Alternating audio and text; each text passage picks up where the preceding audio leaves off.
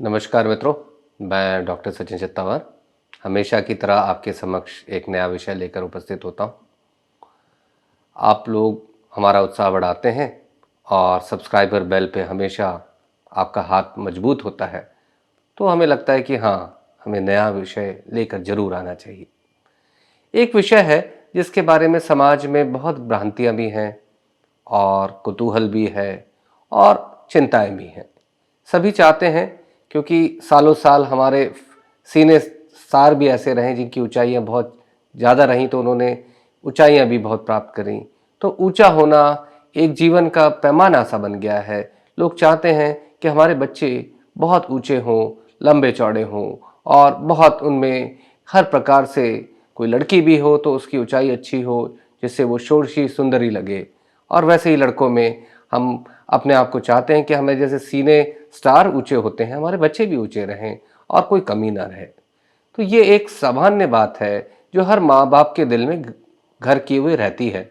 और जब पता चलता है कि अब ऊंचाई नहीं बढ़ेगी तो विचित्र परिस्थिति का निर्माण हो जाता है। बच्चों की आंखों से आंसू बहने लगते हैं, माँ बाप भी थोड़े से निराश हो जाते हैं और वो डॉक्टर की बात स्वीकार नहीं करते कि आप गलत बोल रहे हैं, हमारा बच्चा तो 21 साल तक ऊंचा हो सकता है, मेरी भी ऊंचाई 18 साल तक बढ़ी थी, हमारे मामा की ऊंचाई 15-20 साल की उम्र तक बढ़ी थी। तो इस तरह की बातें कहीं ना कहीं मन में रहती हैं, तो फिर वो डॉक्टर के समक्ष आने लगती हैं।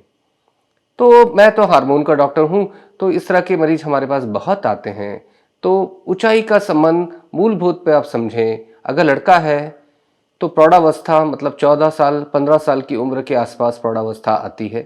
तो प्रौढ़ावस्था के साल में ये बच्चा तुरंत बढ़ेगा, उसके बाद उसकी हड्डियां जुड़ जाएंगी और ऊंचाई नहीं बढ़ेगी। जैसे ही दाढ़ी मूंछ आने लग जाए तो ये अवस्था निकल जाती है। वैसे ही लड़कियों में जिस उम्र में भी महावारी आए, लगभग 12 साल के आसपास आजकल हिंदुस्तान में महावारी आ जाती है लड़कियों की, तो इस समय तक जितना उनका विकास होना होता है हो जाता है।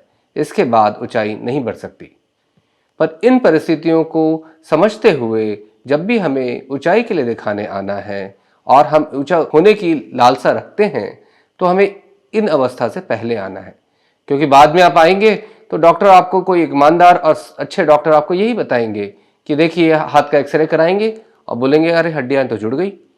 तो जब हड्डियां जुड़ने की अवस्था आती है तो कोई भी डॉक्टर आपको ग्रोथ हार्मोन भी देगा तो भी ऊंचाई नहीं बढ़ सकती। पर इस अवस्था से पहले आते हैं जब हड्डियां जुड़ी नहीं है, हड्डियों की उम्र 13.5 साल के अंदर है, तो इस अवस्था में डॉक्टर आपकी विवेचना करेंगे, आपकी थायराइड की जांच करेंगे, एक सीलियाक डिजीज की जांच होती है जिसको गेहूं की एलर्जी कह सकते हैं आप, वो जांच करेंगे। इसके साथ साथ वो ये देखेंगे खून की कमी तो नहीं है, गुर्दे में कोई खराबी तो नहीं है, थायराइड की प्रॉब्लम तो नहीं है, मोटापा तो नहीं है, कोई अन्य बीमारी तो नहीं है, शुगर तो नहीं है। सारी बातों की विवेचना करने के बाद अगर उन्हें लगेगा तो वो ग्रोथ हार्मोन की जांच करेंगे। ग्रोथ हार्मोन की जांच में कोई कमी आती है तो उसके हिसाब से उसकी कमी दूर की जाएगी। तो प्रायः क्या होता है कि ये जो बच्चे आते हैं जिनकी ऊंचाई बढ़ सकती है, जिनकी हड्डियां 13.5 साल के अंदर हैं और जिनको प्रौढ़ावस्था नहीं आई है, इन विवेचना में कुछ ना कुछ मिल ही जाता है।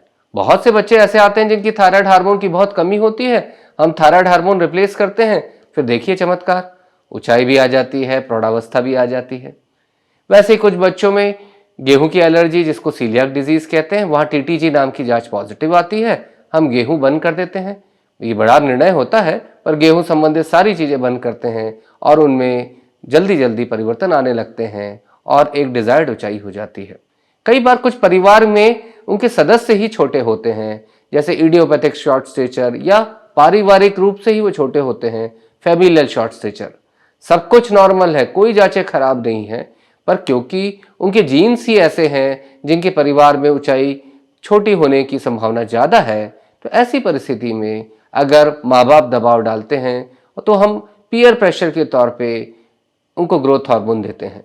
पर ग्रोथ हार्मोन भी हमेशा ध्यान रखिएगा, पहली शर्त ग्रोथ हार्मोन की यही है कि अन्य बीमारियों की विवेचना करके उनको अलग किया जाए।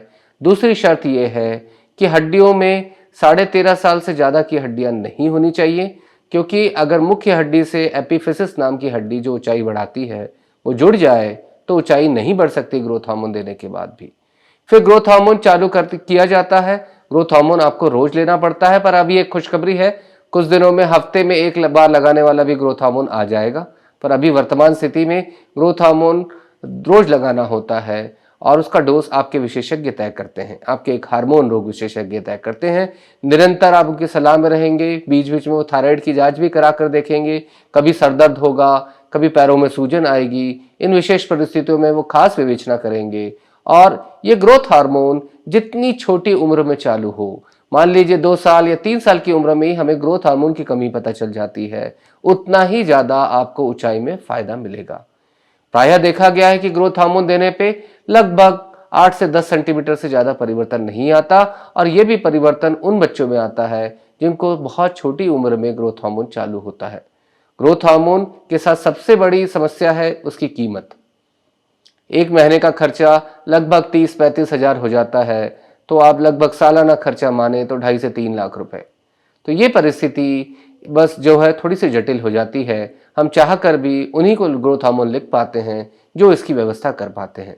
तो यहाँ कहीं ना कहीं सामाजिक उत्तरदायित्व अगर हम सामूहिक रूप से निभाएं तो ये भी संभव है कि ऐसे बच्चों की हम मदद कर पाएंगे। तो आशा है आपको मेरी बात समझ में आई होगी। कभी भी हाइट संबंधित कोई चिंता हो तो अपने आसपास के हार्मोन रोग विशेषज्ञ को दिखाइए। धन्यवाद।